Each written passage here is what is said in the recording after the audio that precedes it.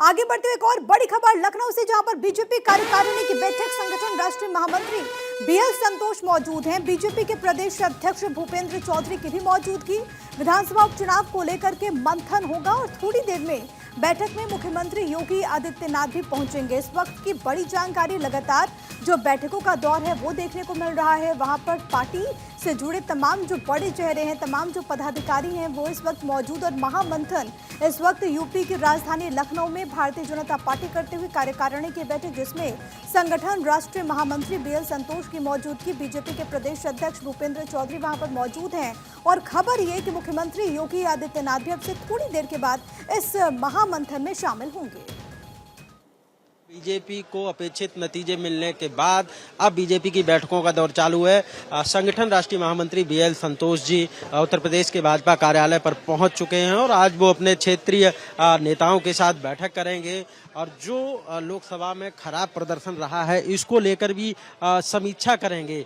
इसके अलावा पार्टी के प्रदेश नेतृत्व के निर्देश पर सभी हारी हुई सीटों की रिपोर्ट लेंगे और अभी जो टास्क फोर्स बनाया गया था उसने क्या समीक्षा की है वो भी उनके सामने रखा जाएगा। इसके बाद वो जो चूंकि दलित वोट और ओबीसी वोट जो पार्टी के खेमे से खिसक गया है उसको कैसे पार्टी की ओर एक बार लाया जाए, इस पर भी विचार विमर्श किया जाएगा। तो बीएल संतोष जो कि भाजपा के राष्ट्रीय संगठन महामंत्री हैं, वो इस समय कार्यालय पर पहुंच चुके हैं और नेता पहले से यहाँ मौजूद थे। अब नेताओं के साथ बैठक करेंगे और 2027 के चुनाव का रोड मैप तैयार होगा। कैमरामैन रोशन के साथ आशुतोष मिश्रा, भारत 24, लखनऊ।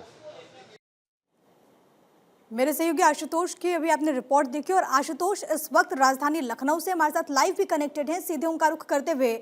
आशुतोष, जरा विस्तार से दर्शकों को और बताइए कि इस पूरे बैठक का क्या और एजेंडा, और कहा जा रहा है कि सीएम योगी आदित्यनाथ अब से थोड़ी देर के बाद पहुंचेंगे, तो कितना और वक्त लग सकता है मुख्यमंत्री के पहुंचने में? देखिए, बस लगभग 5 से 10 मिनट में योगी आदित्यनाथ भाजपा कार्यालय पहुंचेंगे, जैसे कि अभी सूचना आ रही है। हालांकि भारतीय जनता पार्टी के जो राष्ट्रीय संगठन महामंत्री हैं बीएल संतोष, वो पहुंच चुके हैं। उसके अलावा प्रदेश अध्यक्ष, संगठन महामंत्री उत्तर प्रदेश और तमाम वो क्षेत्रीय अध्यक्ष जिनको आज इस बैठक में बुलाया गया है वो भी मौजूद हैं। बैठक शुरू हो चुकी है। चूंकि मुख्यमंत्री गोरखपुर थे, गोरखपुर से वो लखनऊ पहुंचे, इसलिए थोड़ा सा समय लगा। हालांकि अब जो बैठक चल रही है उसमें उत्तर प्रदेश के लोकसभा चुनाव में बीजेपी के खराब प्रदर्शन को लेकर समीक्षा बैठक की जाएगी। अभी जो पार्टी की ओर से पार्टी की ओर से तमाम जो समीक्षाएं की गई, उन समीक्षाओं को बीएल संतोष के सामने रखा जाएगा। उस पर विचार विमर्श होगा। आगे का क्या एजेंडा रहने वाला है इस पर भी बातचीत होगी। बड़ी बैठक है। तमाम जो पदाधिकारी हैं, क्षेत्रीय पदाधिकारी हैं, वो मौजूद हैं। इसके अलावा उत्तर प्रदेश के संगठन महामंत्री मौजूद हैं, प्रदेश अध्यक्ष मौजूद हैं। माना जा रहा है कि आने वाले समय में जिस तरीके से उत्तर प्रदेश के लोकसभा चुनाव में एससी और बीसी वोट बीजेपी से छिटक गया है, उसको किस तरह से दोबारा से पार्टी की ओर आकर्षित किया जाए, इस बात पर भी विचार विमर्श किया जाएगा। इसके अलावा 14 तारीख को होने वाली राष्ट्रीय अध्यक्ष जेपी नड्डा की बैठक होनी है उत्तर प्रदेश के अंदर, उसको लेकर भी रोड मैप तैयार किया जाएगा। बैठक की जा रही है। तो आज बीएल संतोष 2 दिवसीय दौरे पर पहुंचे हुए हैं उत्तर प्रदेश के अंदर। आज पदाधिकारियों के साथ बैठक करेंगे। उसके कुछ देर बाद जो मीडिया के पदाधिकारी हैं, जो प्रदेश प्रवक्ता हैं, और वो तमाम उनके साथ बैठक की जाएगी कि लोकसभा चुनाव में जो नतीजे यूपी में आए वो पार्टी के अनुरूप नहीं आए, इसको लेकर के मंथन। दूसरा ये कि इस चुनाव में जो वोट बैंक बीजेपी से खिसकते हुए नजर आए, कैसे उसको वापस से अपने में जोड़ा जा सके, इसको लेकर के रणनीति। और तीसरा ये कि पार्टी के राष्ट्रीय अध्यक्ष जेपी नड्डा जब वहां पर पहुंचेंगे उस वक्त जो बैठक होगी उसको लेकर के भी यहां पर चर्चा चल रही है। लेकिन एक और बहुत अहम है आशुतोष कि उपचुनाव भी होना है। क्या इस बैठक में जो बाय इलेक्शन होने वाले यूपी में उसको लेकर के भी कोई चर्चा?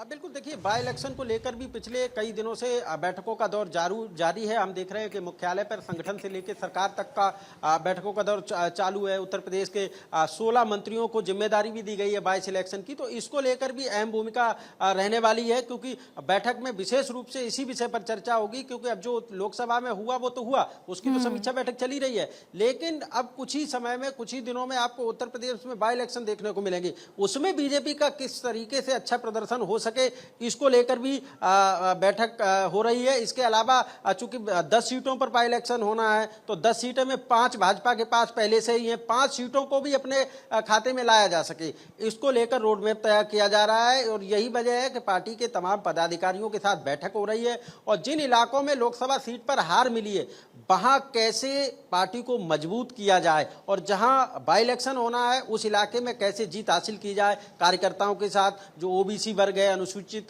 जाति के लोग हैं, उनको कैसे अपने खेमे में लाया जाए, इसको लेकर पार्टी एक रणनीति कैंडिडेट्स को तैयार लेकर कर के भी रही क्या है। चर्चा हो यही सकती वजह है है कि खुद आशुतोष, BL संतोष तमाम समीकरणों को साधते हुए?